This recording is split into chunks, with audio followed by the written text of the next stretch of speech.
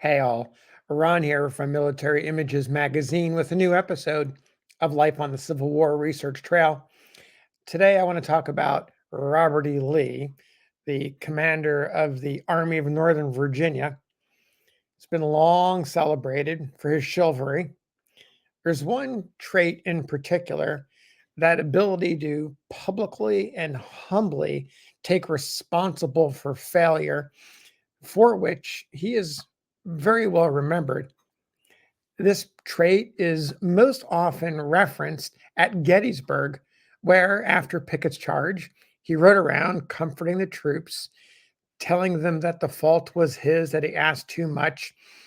That moment as he was riding around is something that is etched indelibly in the minds and the memories of all the veterans who were there that day. That trait endeared him to his soldiers, that ability to connect with them.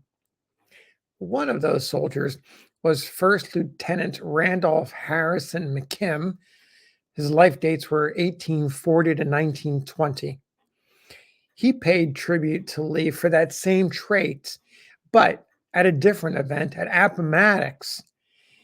McKim, in his 1910 memoir, A Soldier's Recollections, Leaves from the Diary of a Young Confederate, isn't quite as quoted as some other sources, but McKim's words are really worthy of note. Before I get to the passage where he talks about Lee, let me tell you a little bit about McKim. Actually, let McKim tell you about McKim. Here is a passage from the introduction of his book. He says, quote, I served in the ranks under Generals Joseph E. Johnston and General Thomas J. Jackson, as a staff officer under Brigadier General George H. Stewart in the Army of General Robert E. Lee, and as chaplain in the 2nd Virginia Cavalry under Colonel Thomas T. Munford in the brigade of General Fitzhugh Lee.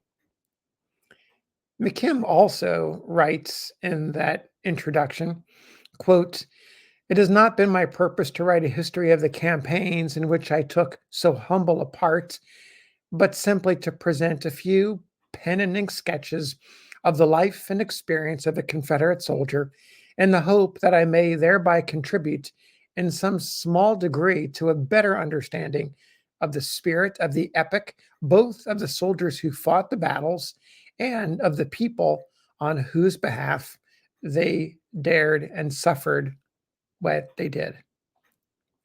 So that's the opening. Now, I want to read you this passage where McKim talks about Appomattox and the closing scenes of the war. He says, quote, I will not dwell upon the affecting scenes that were witnessed when the terrible fact became known that the remnant of the Army of Northern Virginia was to be surrendered to General Grant and the mighty host under his command.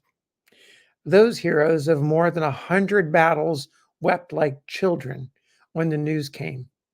To the very last, they were unconquered. That very morning, April 9th, 1865, they had fought with all their old intrepidity and resolution. And they would have fought on had their beloved commander bid them till the last man had fallen face to the foe. But when Lee told them to sheathe their swords and stack their muskets, they obeyed him, though with breaking hearts. This, his last act as the commander of the Confederate armies, was every way worthy of his heroic character. How much easier to have put himself at the head of his surviving soldiers and died with them in one last splendid but desperate charge. Or again, how much easier to have yielded to the counsels of some of his captains and, having cut his way through the encircling Federal host, to have continued the struggle in a guerrilla warfare that might have been prolonged indefinitely. Both of these temptations he put aside and rose to the height of the supreme sacrifice which duty to his people demanded. The question is, he said to his officers, is it right to surrender this army? If it is right, then I will take all the responsibility. There's that trait. He asked no man to share with him that awful responsibility, to bear any part of the burden of that tremendous decision. He took it all. He bore it all on his own heroic shoulders. If there is in history any finer spectacle of self devotion for duty's sake than this, is it any wonder his soldiers idolized him and were ready to die for him? Were they not justified in looking to him as the great prince and man of men? As I draw the curtain over this scene at Appomattox, I would pay my tribute of admiration to that superb army whose history closed that day. My own words would to some extent be discounted by the fact that I served myself in its ranks. So there's McKim closing out his comments on Robert E. Lee. And it occurred to me, there's not many military generals who are celebrated and remembered for how they reacted to failure, how they set an example for failure. And as McKim points out, Lee could have had that final defiant charge into the U.S. Army and been shot down.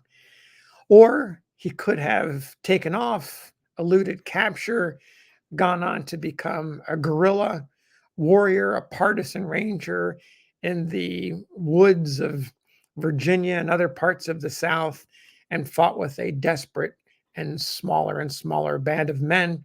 He chose not to do that. He set the example to sheathe his sword, to put away that musket, and end the fighting. People were exhausted. They were tired of war. Families had been crying out. Families were hungry. Families were destitute. They needed to be whole again. They needed to be complete. They needed to begin the process of putting this all behind them. And in 1865, all of that seemed very possible. So thanks for listening. See you on the next episode of Life on the Civil War Research Trail.